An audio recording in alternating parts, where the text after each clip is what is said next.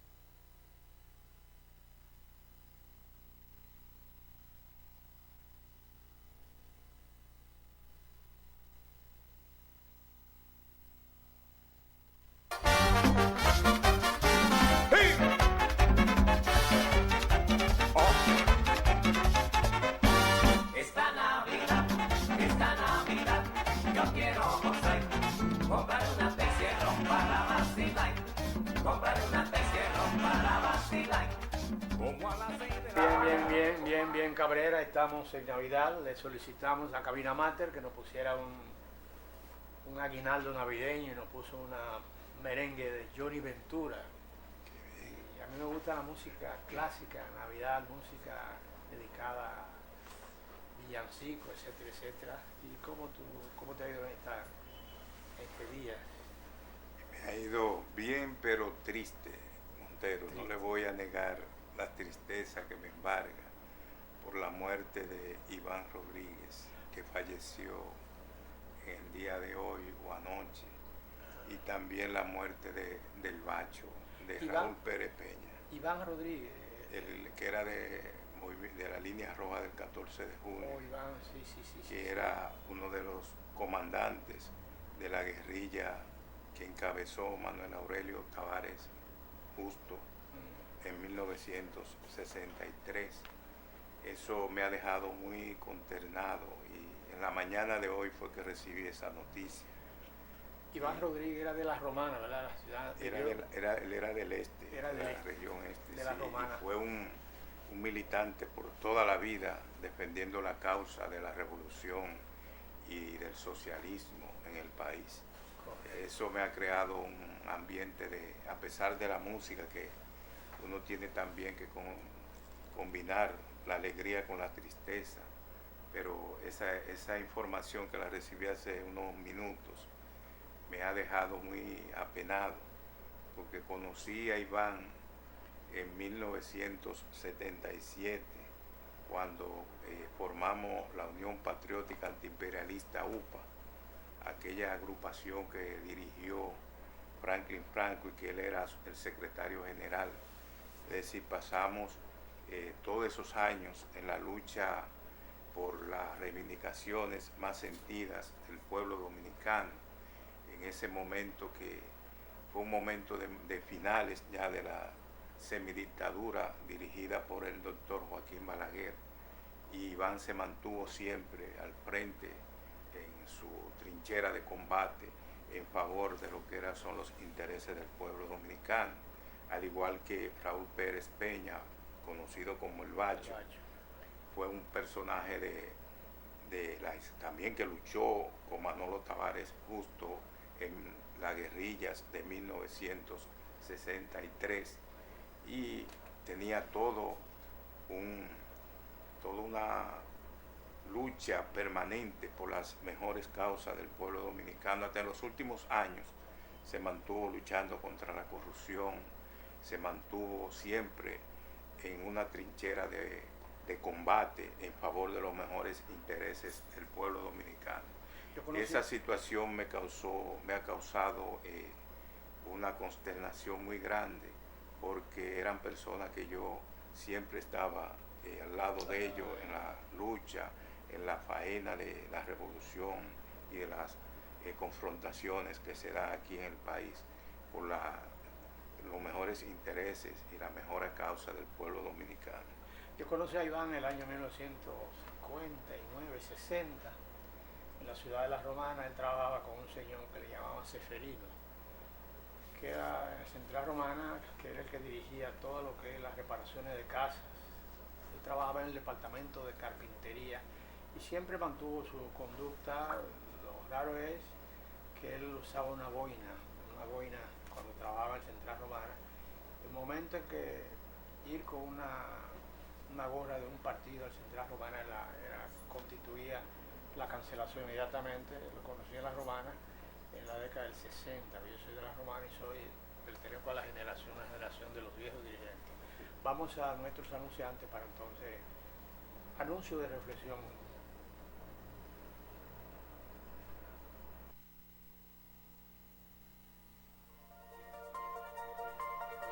Audio Jungle.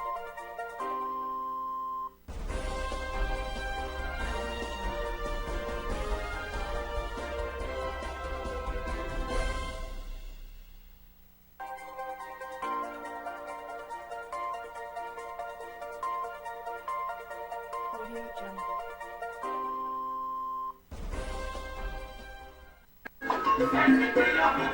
Aquí con el Gran Durán, la gente de Car Master, Centro Automotriz en la Charles de Gaulle frente a La Sirena. Especialistas en frenos, alineación, balanceo, mecánica en general, diagnóstico eléctrico. La gente del Centro Automotriz Car Master, al ritmo de la salsera, con el Gran Durán. Centro Automotriz Car Master.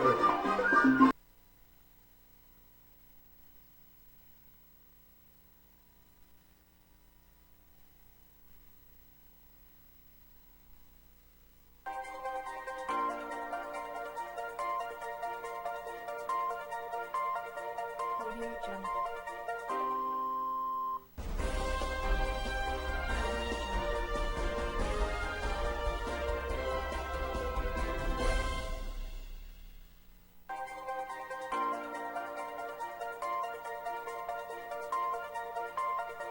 Audio Jungle.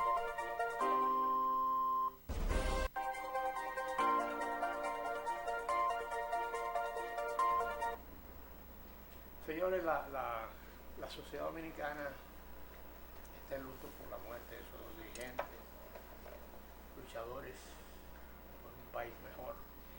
Y yo le digo a los hijos míos, le digo a esta generación, que la democracia que estamos viviendo hoy, las libertades, lo que le decimos a los presidentes, a los ministros hoy, y no hay persecución, se debe al ingente esfuerzo de cientos y cientos de dirigentes revolucionarios que murieron luchando a favor de esas libertades que estamos disfrutando hoy. Entonces, los trabajos que hacemos hoy, el trabajo que estamos haciendo hoy en este programa, la generación joven asimila los conocimientos y lo traduce en el futuro, lo que quiere decir que estamos trabajando para el futuro. El trabajo nuestro es para el futuro. ¿Qué dice usted, profesor? Gracias por permitirme, por permitirme estar aquí de nuevo con ustedes. Sí, esta mañana también yo recibí esa noticia infausta del deceso de Iván. Yo lo había visitado hacía una semana y pico, pues éramos relativamente vecinos, relativamente los vecinos. Y sabía que estaba muy enfermo, pero con ese ánimo de siempre. Iván era un hombre extraordinario. Anoche también estuve en el mortuorio del Bacho, y como ustedes apuntan, se trata de dos titanes, dos personas a las cuales se debe el nivel, en gran medida, digamos, a gente como ellos, se debe en gran medida a lo poco de democracia que tenemos. Esa gente se la jugó en un momento en el que había que tener mucho valor, mucha convicción, mucha entrega. Eran personas, yo no quiero decir extraordinarias, porque por de pronto es fácil decirlo, pero bueno, ¿qué significa eso? A ver, eran gente común y corriente en cierto modo, con su familia, con sus intereses, con sus virtudes, seguramente con algún defecto, pero que tienen, digamos, dejaron la estela, el ejemplo de qué es lo que le corresponde hacer a un ser humano en bien de su país. Aquello por lo que Iván y el Bacho lucharon, que ambos eran partidarios del socialismo, como se sabe, no es lo que hemos logrado, pero algo se ha logrado. A mí lo que me inquieta, aparte de sentir la muerte de estos dos seres queridos, a mí lo que me inquieta es qué va a pasar con las nuevas generaciones, porque hay un fenómeno interesante en la sociedad dominicana y no sé si en otras, pero no es el caso de, por cierto, de Iván y del Bacho, cuyos hijos le han dado continuidad de alguna manera a sus ideales, pero de muchos revolucionarios de esa generación, cuyos hijos no le siguieron en esos pasos. Podrán ser buena gente, podrán ser ciudadanos ejemplares en muchos aspectos, pero por razones y factores que habría que analizar en su momento, no le han seguido sus pasos en términos de sus desvelos revolucionarios. Ni tenía que ser tampoco, porque ¿quién dijo que mis hijos tienen que hacer exactamente lo que yo hago y pensar como yo pienso? Por supuesto que ellos son personas autónomas, pero no me refiero, por tanto, específicamente a Juan o a Pedro, en este caso a ciertos revolucionarios del país, que siguen ahí vigentes. Me refiero a una generación en general, cuya prole no le ha seguido siempre sus ideales. Lo respeta, pero no lo han seguido. Y eso tiene mucho que ver con las generaciones posteriores. Eso sería para otro programa. Porque hoy es bueno lo que estamos diciendo aquí. Pero hace 40 años que hablar en contra del estado de cosas era una situación delicada. Antes de Trujillo, los que lucharon contra la tiranía de Trujillo tuvieron el valor, porque para luchar en ese momento y ser opuesto a Trujillo había que tener valor y convicción para trabajar, luchar a favor del pueblo. Los 12 años de Balaguer fueron años especiales, pero precisamente hacer actividades políticas durante esos años del gobierno de Balaguer también había que tener coraje, y era jugándose la vida que vivían cientos y cientos de jóvenes, porque la política era difícil. Llegaban a tu casa, te detenían, te desaparecían, tú no sabías dónde estaba tu hijo. Entonces eso hay que recordarlo, porque eso es parte de la historia y la sangre que derramaron muchos hombres en nombre de la democracia que hoy estamos viviendo. Y debe servir de ejemplo a los jóvenes de hoy que están viviendo una política light, como dicen, una política light, donde a nadie se persigue. Pero precisamente el futuro nuestro está en ustedes. Por eso yo decía que los partidos políticos, las organizaciones políticas tienen una responsabilidad sobre los militantes y jóvenes de hoy, que hay que formarlos para que conozcan por ejemplo, qué es lo que está pasando hoy en Israel, qué es lo que está pasando en Ucrania con Rusia. Entonces la geopolítica debe alimentar a los jóvenes de hoy para que el futuro de nuestra nación no sea peor a lo que hemos vivido aquí atrás.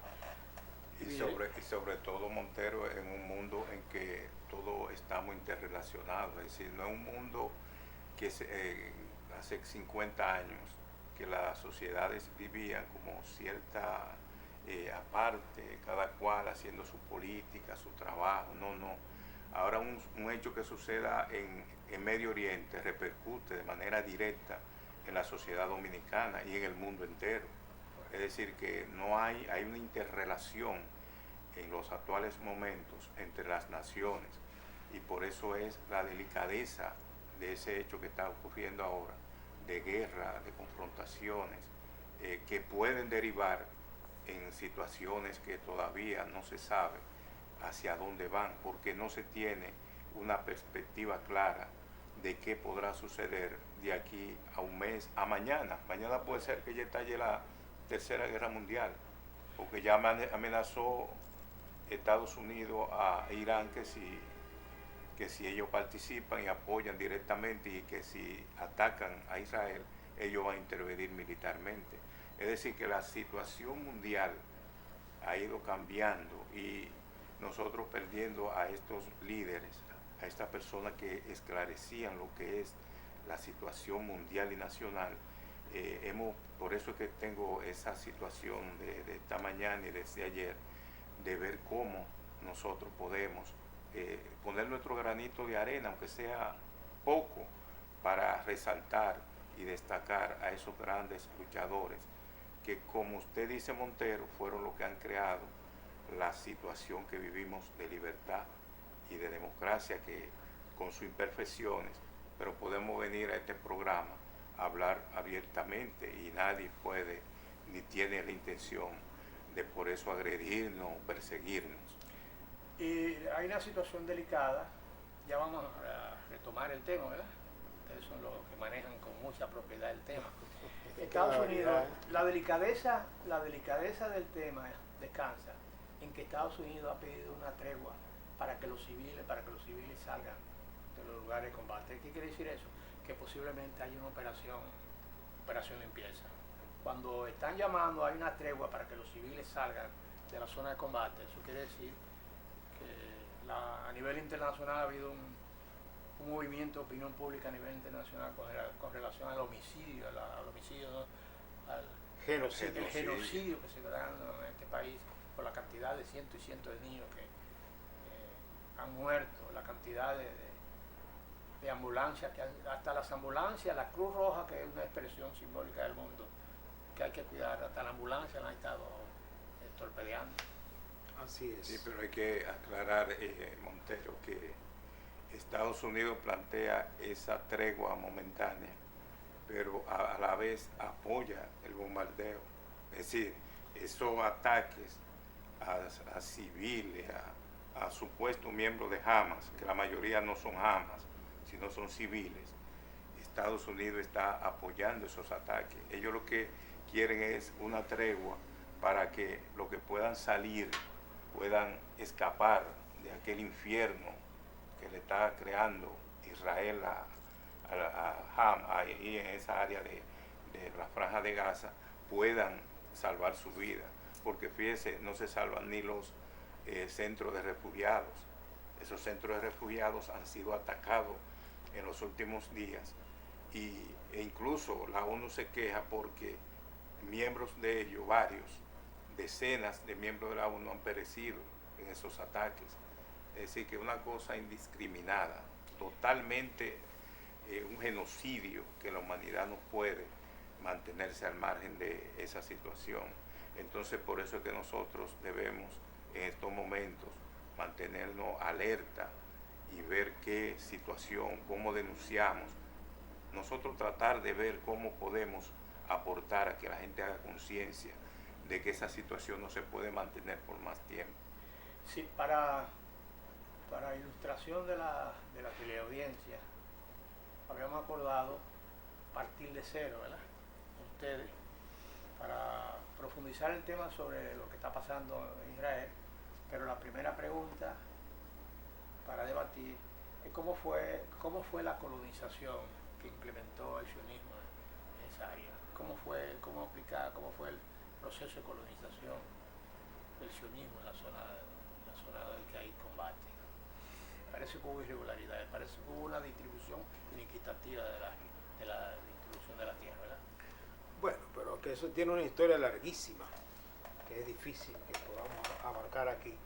De hecho, yo tampoco soy el experto, como ha dicho Montero, en estos temas, para nada. Uno tiene conocimientos muy básicos, apenas. Pero vamos a comenzar definiendo, porque se habla mucho de sionismo, y la gente debería entender de qué se trata. El sionismo es un movimiento fundado a finales del siglo XIX por un señor llamado Teodoro Herzl. ¿A qué alude el sionismo? Bueno, en la antigua Israel había una colina que un poco se identificó con Israel, la colina de Sión, que los la tradición recogida en gran medida en la Biblia, alude a que, bueno, que esa era una tierra prometida por Dios al pueblo de Israel que andaba vagando por aquí. Nada de eso es histórico, ojo. Esos son relatos bíblicos. Pueden estar mezclados con algunos elementos de verdad, pero una de las cosas que hay que desmontarle a la gente de la cabeza es que la Biblia es un libro de historia. No es un libro de historia, es un conjunto de relatos religiosos que recoge una serie de interpretaciones y de leyendas y tal, que comienza con la fundación con Adán y Eva y todo aquello. Yo no voy a hablar de Biblia ahora en general, pero hay que quitarse de la cabeza que esto es un problema religioso nada más. Ahora, aderezan el problema con religión, como hacen muchísimos países, o sea, como dice un cantante por ahí, por cierto, de origen judío. Porque Abraham era un hombre de la Biblia, bíblico. Sí, pero es un personaje legendario, como lo son los personajes de la Ilíada y la Odisea, que mezcla historia con mito. Y Sara, ¿verdad? ¿Te recuerdas? Sí, todo eso, pero todo eso son mitos. Cuando yo digo mitos, no estoy diciendo que no tengan elementos de verdad, pero no se puede agarrar la Biblia como no se puede agarrar el Corán, ningún libro sagrado, como que esa es la historia del mundo, porque el Popol Vuh también hace lo mismo aquí, el libro este de América. Es decir, cada religión se basa en relatos, en mitos que asume. Entonces, cuando hay dos tipos de religiosos, uno que lo asumen al pie de la letra y otro que dice, mira, eso es alusión, eso es,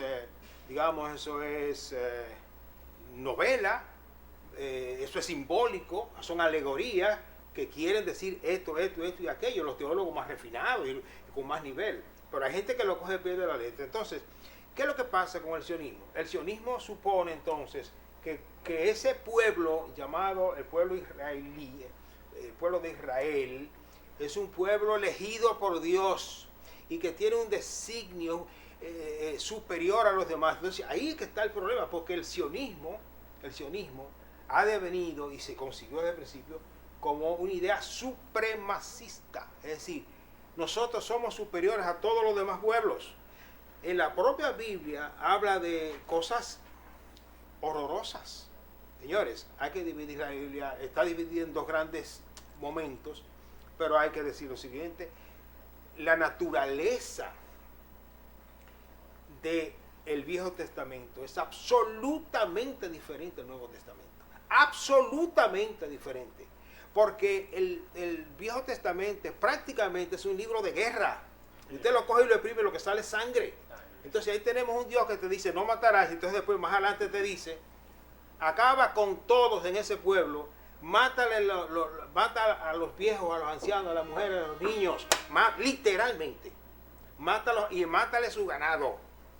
Por favor. Eso, entonces, hay un guerrerismo allí, tomando la Biblia literalmente, hay un guerrerismo que se quiere traer al presente.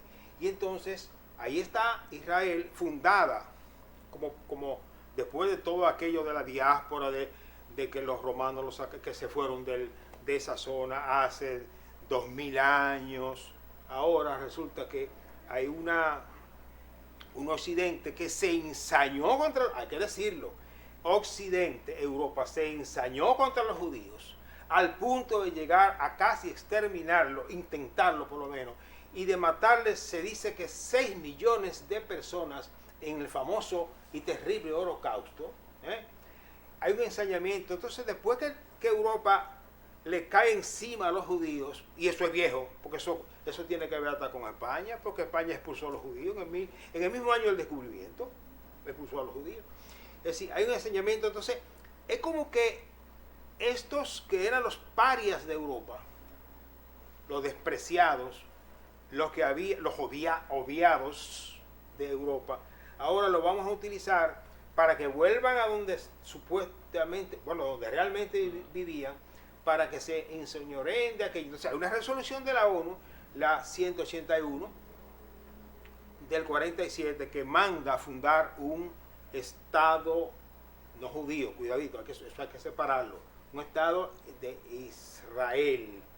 Y entonces divide el territorio que ocupaba Palestina, la colonia, la ex colonia palestina, que primero fueron colonia o territorio de los musulmanes, de los turcos y después de los ingleses, hay un mandato que dice, bueno, esta tierra, esta parte le corresponde a Palestina para que funden su estado y esta otra parte le corresponde a los israelíes. Y se funda.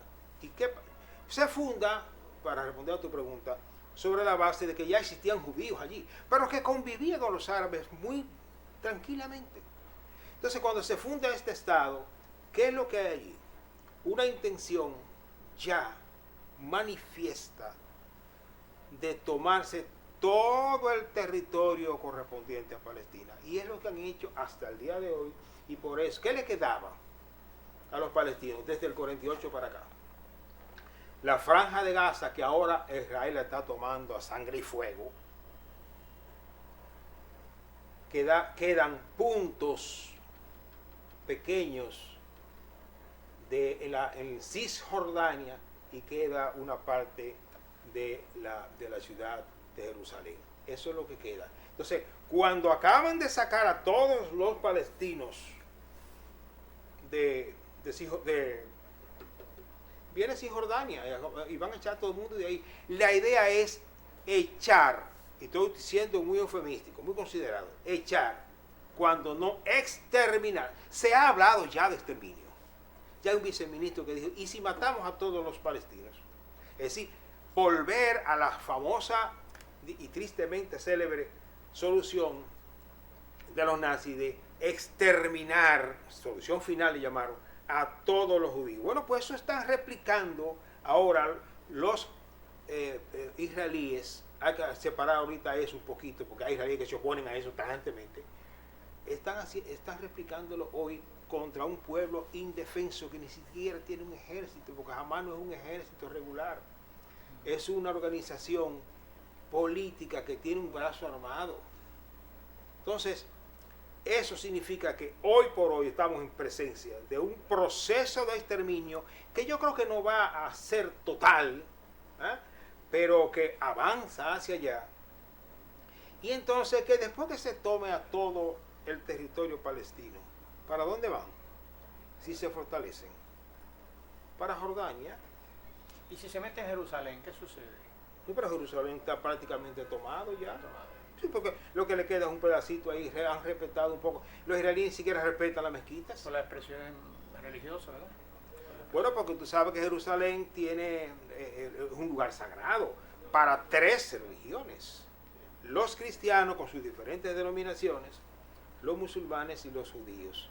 Entonces es un lugar donde confluyen todas esas religiones y han convivido por siglos y siglos en paz hasta que el sionismo, apoyado por Inglaterra y luego militantemente por los norteamericanos, llegó allí con la intención de apoderarse de todo. Es la avanzada militar y política de Occidente en Oriente Medio. Y como dijo cuando era senador hace muchos años, el hoy presidente de Estados Unidos, Joe Biden, si Israel no hubiera existido, habríamos tenido que inventarlo.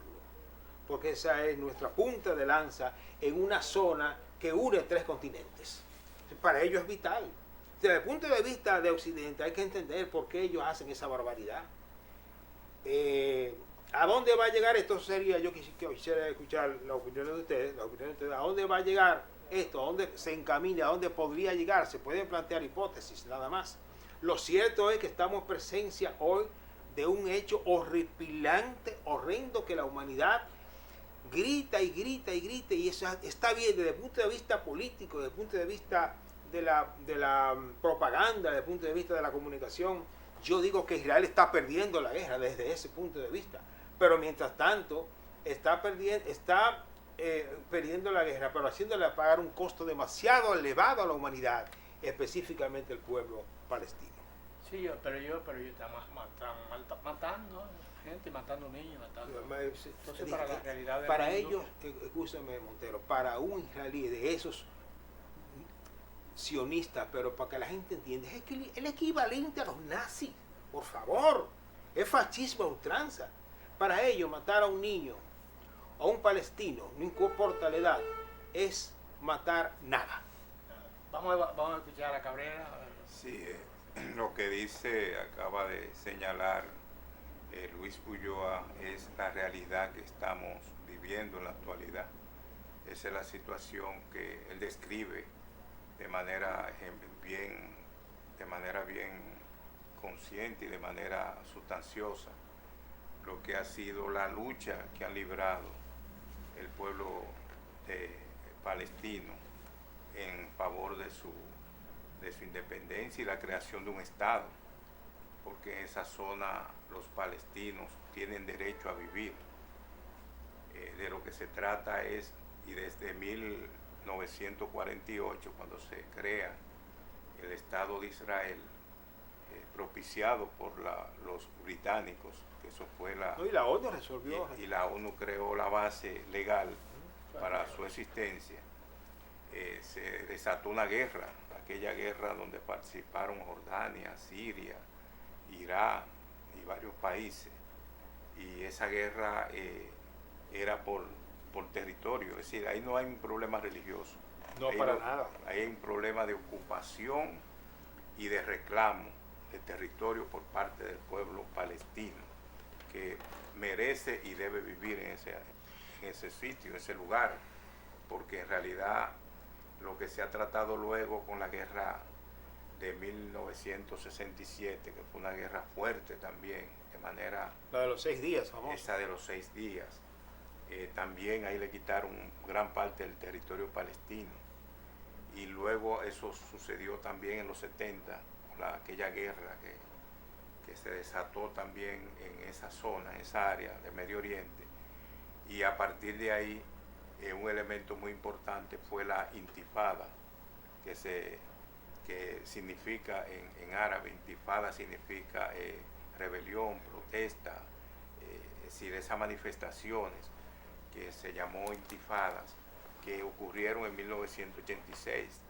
Todos recordamos esa agresión que hubo allí en ese momento, en ese instante donde los palestinos trataron de reclamar un lugar para vivir y un espacio que les estaba siendo prohibido debido a aquellos grandes colonias que iban ellos implantando en esa zona, incluso que iban también avanzando en la parte de Cisjordania, porque Sí, trataron de crear un acuerdo de paz, no sé si tú recuerdas, cuando Arafat dirigía la autoridad palestina. Una pregunta, Entonces, Cabrera, una pregunta, escúchame que te interrumpa.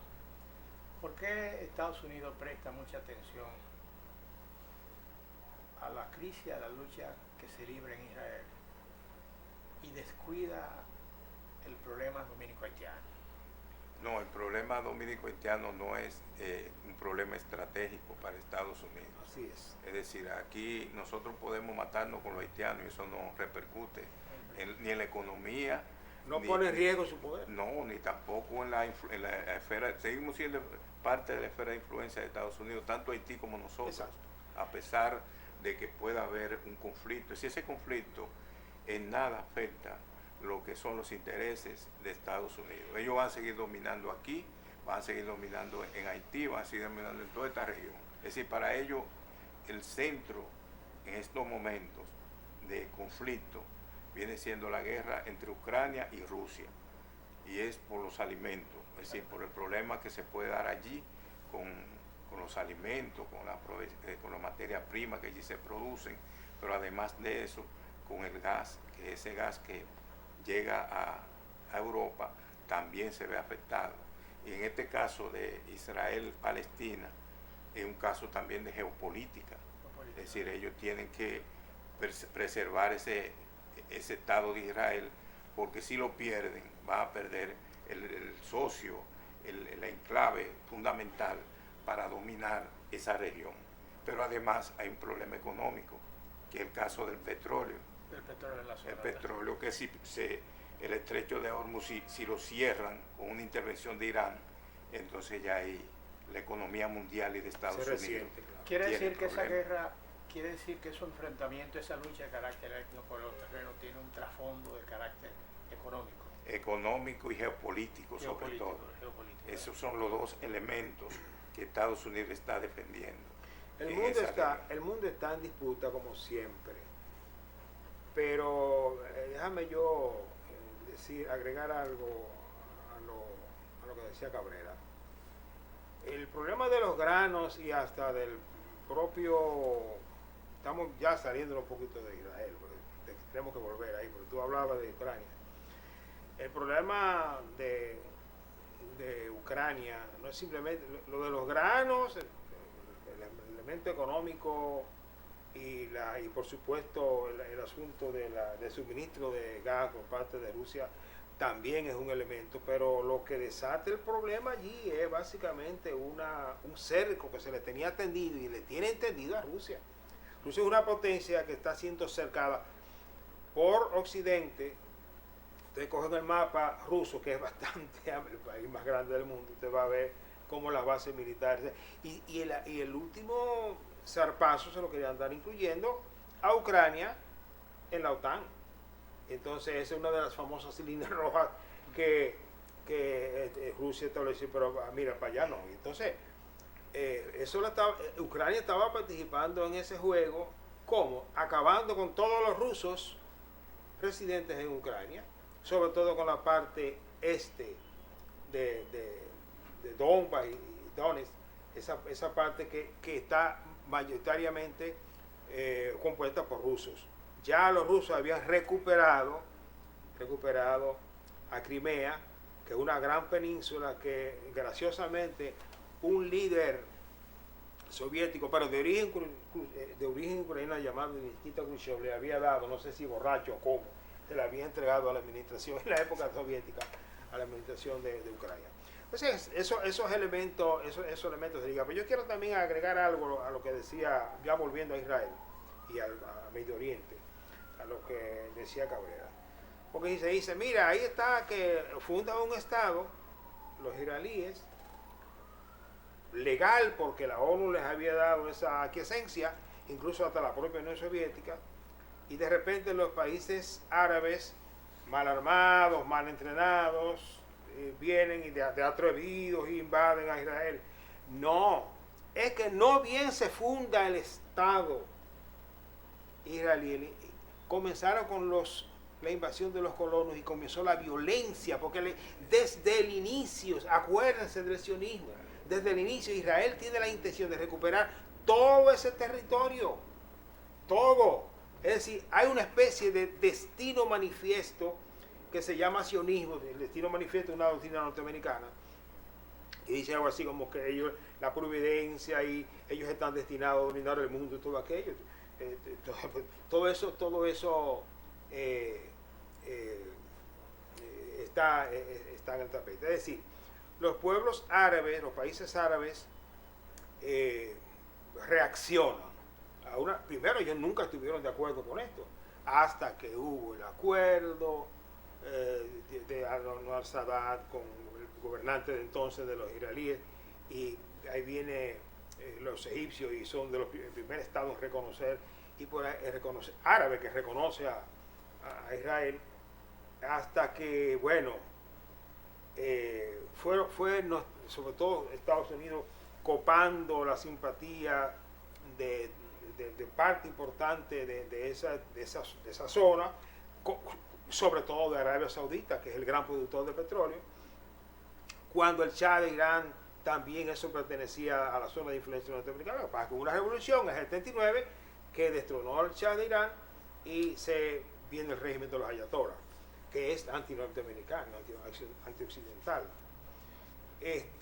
Entonces, en fin, que es una zona en disputa, como lo es todo el mundo. ¿Qué es lo nuevo hoy, incluso diferente, radicalmente diferente a la época de la Guerra Fría? La Guerra Fría, usted sabe que mantuvo un cierto equilibrio entre dos zonas de influencia, la esfera occidental norteamericana y estadounidense, occidental en general, y la esfera soviética, luego por un tiempo con los chinos también, pero ya los chinos se tenían demasiado problema con los soviéticos. En esa época hubo un cierto equilibrio político-militar, por eso se le llamó Guerra Fría, que no, rara vez se calentaba. Ustedes nunca vieron a un soldado ruso enfrentarse directamente a un soldado norteamericano. Y si lo hicieron fue en la Guerra de Corea y fue sobre todo a nivel aéreo, más nada. Ni siquiera en Vietnam, porque los rusos apoyaron muchísimo, pero los que peleaban eran los vietnamitas. ¿Qué pasa hoy? Que la geopolítica hoy está un poco más determinada por lo económico. Y el gran problema de Estados Unidos hoy, ¿saben quién es? Ni siquiera es que son los BRICS, para decirlo rápidamente. Pero en última instancia el problema es China. Porque China le está ganando la pelea en el terreno que es el que derriba tu imperio, que es el económico. Ese es el que derriba. Es decir, el imperio romano cayó por razones económicas, no fue simplemente porque los llamados bárbaros los invadieron, es porque ya eso estaba de palo para leña. Entonces, Estados Unidos hoy está perdiendo la guerra económica y eso no significa que Estados Unidos vaya a caer como potencia, pero se está redistribuyendo el poder a escala global y amenaza con dejar las cosas con desventaja para Occidente. Ya Europa es un continente de menor importancia económica en el globo. Usted lo compara con China, lo compara con la India, y ni hablar de compararlo con los BRICS. Ya Europa, entonces encima de eso Europa se ha convertido en una especie de colonia norteamericana. Es decir, un país europeo llamado entonces Inglaterra, Reino Unido, era la potencia, la metrópoli de los norteamericanos. Ahora es al revés. Europa es un conjunto de colonias norteamericanas que no tienen pudor, no tienen ni siquiera la fuerza para decirle no en lo que sea a Estados Unidos, excepto en las votaciones. Porque es fácil en la ONU votar por algo que no es vinculante.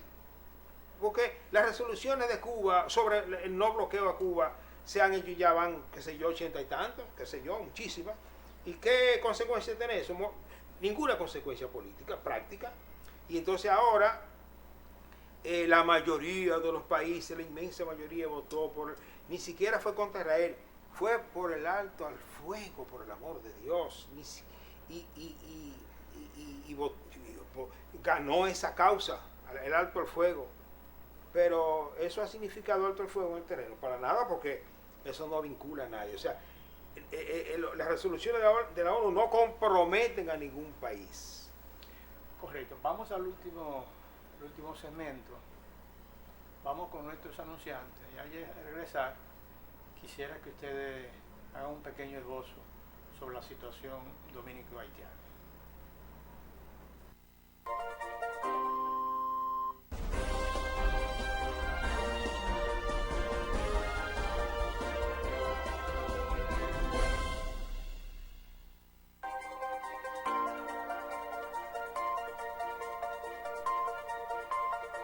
Audio Jungle.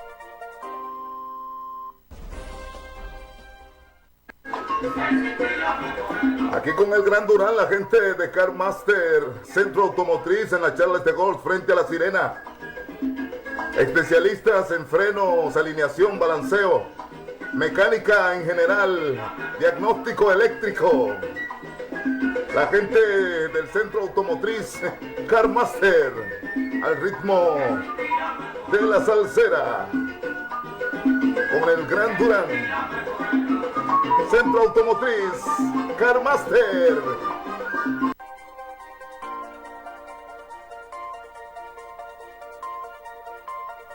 Audio Jungle.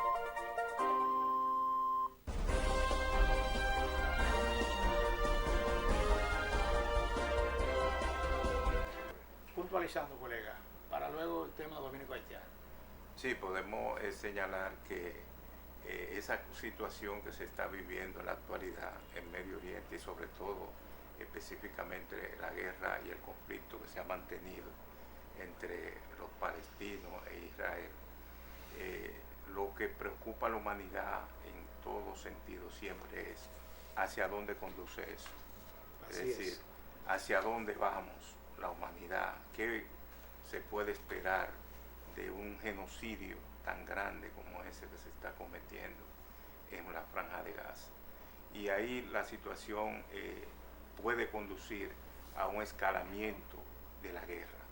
Y eso es lo que tiene preocupado a muchas personas a nivel mundial y a muchos pueblos, a muchos países, que se pueden ver involucrados en un conflicto ya no solo limitado a esos dos territorios, que es Israel y Palestina, sino que puede involucrarse Irán, y a partir de ahí del involucramiento de Irán, ya Estados Unidos amenazó con intervenir también, es decir, guerrear militarmente. Es decir, no es que va a intervenir políticamente. Ellos lo han aclarado, que si interviene Irán, ellos van a atacar. Y ahí va a haber una guerra donde la situación se va a complicar, porque también ya Jordania rompió relaciones con Israel y varios países árabes se han manifestado en contra de esos bombardeos y esos ataques genocidas que se están cometiendo en la Franja de Gaza. Esa situación preocupa al mundo en el sentido de que no se sabe hacia dónde va a conducir esa guerra.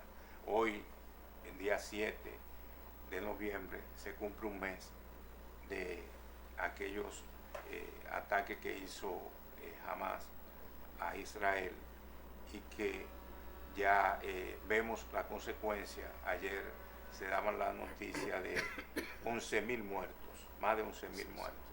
Entre ellos se calcula 4.000 niños, y ya ustedes se imaginan los ancianos, los enfermos, porque se han atacado también, los heridos. Es decir, una situación, entonces no se deja pasar medicamentos, a la ambulancia, y los hospitales están reducidos a ceniza algunos. Entonces esa situación preocupa a la humanidad, porque son condiciones que no se sabe hacia dónde pueden conducir y producir acontecimientos que el mundo lo pongan en peligro. Ahí que está la situación más peligrosa de ese conflicto que se ha desatado entre Israel y el pueblo palestino. Su opinión, profesor, para finalizar sobre el tema dominico-haitiano. Mire, que ese es un tema recurrente, pero yo no sé. Dominicano, Sí, aunque yo me crié al lado de Haití. Mire, yo no sé si ustedes se han fijado que la situación dominico-haitiana ha anulado ya la mención del dichoso canal. Ahora de lo que se está hablando es de otra cosa, de lo que se está hablando hoy. Ahora es de la reapertura del mercado. Abrieron la frontera el sábado y la cerraron. Sí, pero eso va a estar así, en ese vaivén. Porque hay intereses en los propios haitianos, intereses espurios, que les encanta que se cierre la frontera y que se cierre el mercado, porque ellos se ceban en eso.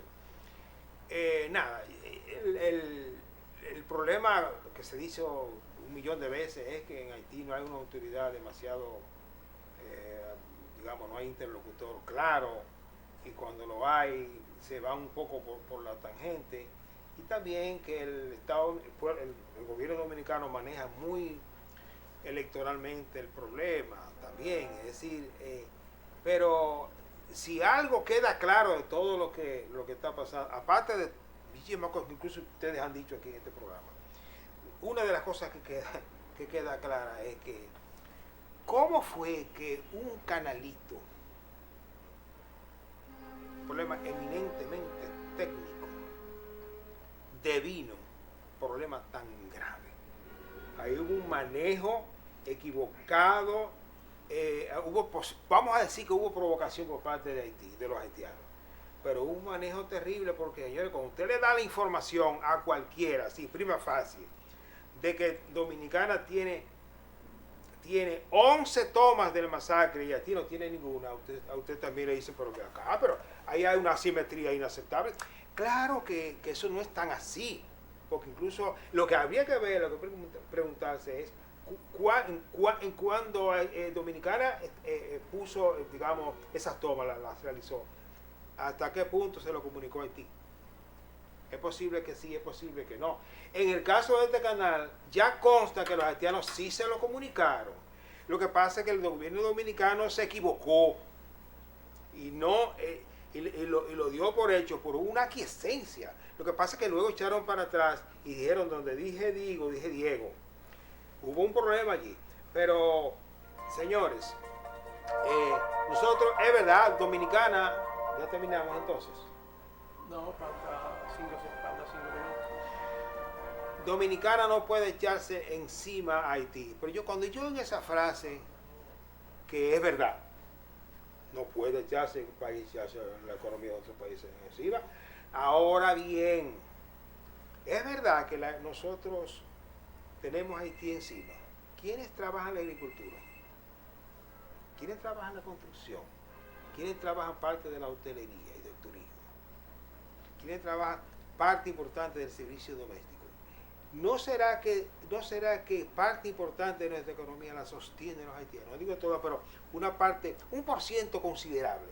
Eso habría que verlo. Luego está el problema de la desnacionalización. Ya nos metemos a hablar de racismo ahí. Sí. Y eso a mí no me gusta. Creo que hubo un mal manejo de la táctica y la estrategia.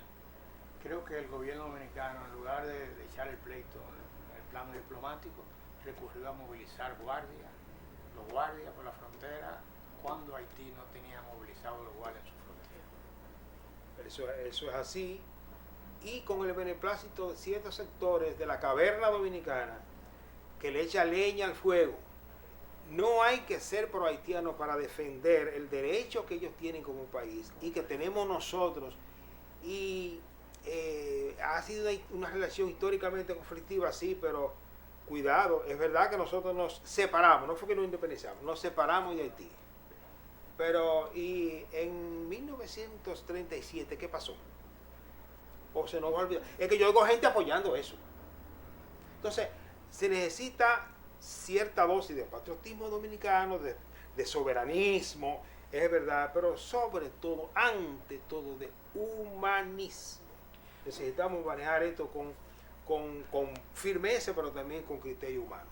Sí, vamos a tratar el tema de Haití en un próximo programa, si ustedes lo consideran de lugar, pero ya Cabina Mater nos ha manifestado que estamos en contra del tiempo.